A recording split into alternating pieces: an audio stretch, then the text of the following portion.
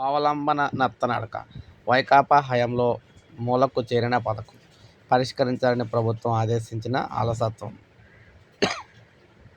స్వావలంబన పథకం క్లెయిముల పరిష్కారంలో జాప్యం కొనసాగుతూనే ఉంది.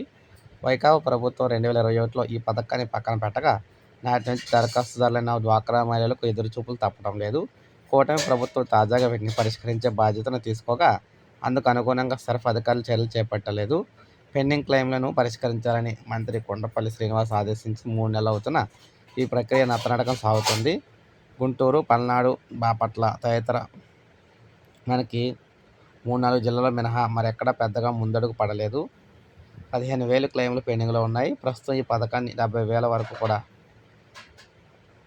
నమోదైనట్లు అధికారులు లెక్కలు చెబుతున్నాయన్నమాట.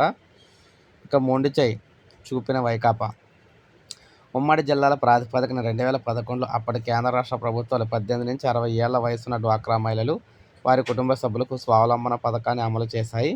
ఆ తర్వాత 4 ఏళ్లకే పథకం నిలిచిపోయింది.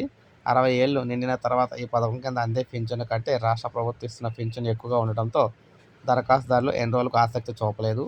దీంతో అప్పటి వరకు నమోదైన వారిలో 60 ఏళ్లు నిండిన వారికి వారు జమ చేసిన మొత్తంతో పాటు కేంద్ర సాయము, దానిపై వచ్చే వడ్డీని pension fund regulatory development authority PFRDA తిరిగి చెల్లిస్తుంది.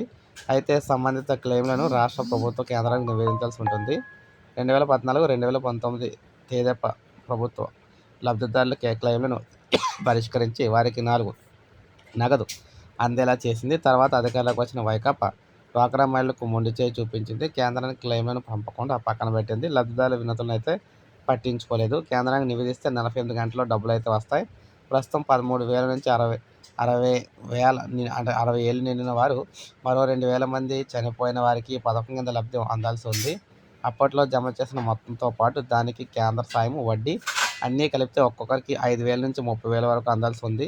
జిల్లా సమైక్యల ద్వారా లబ్ధిదారుల నుంచి అర్హత పత్రాలు తీసుకుని క్లెయిమ్లను కేంద్రానికి నివేదిస్తే 48 గంటల్లో డబ్బు వారి ఖాతాలో జమ అవుతుందన్నమాట. సో ఇది స్వావలంబనకు సంబంధించి డబ్బులు. సో రాష్ట్ర ప్రభుత్వం ఇప్పుడు అయితే అడుగులు అయితే వేస్తుంది డబ్బులు అనే వారికి ఇచ్చేందుకు. సో ఇది అప్డేట్. ఒక లైక్ చేయండి, సబ్స్క్రైబ్ చేసుకోవాలి, మన ఛానల్ సబ్స్క్రైబ్ చేసుకోండి.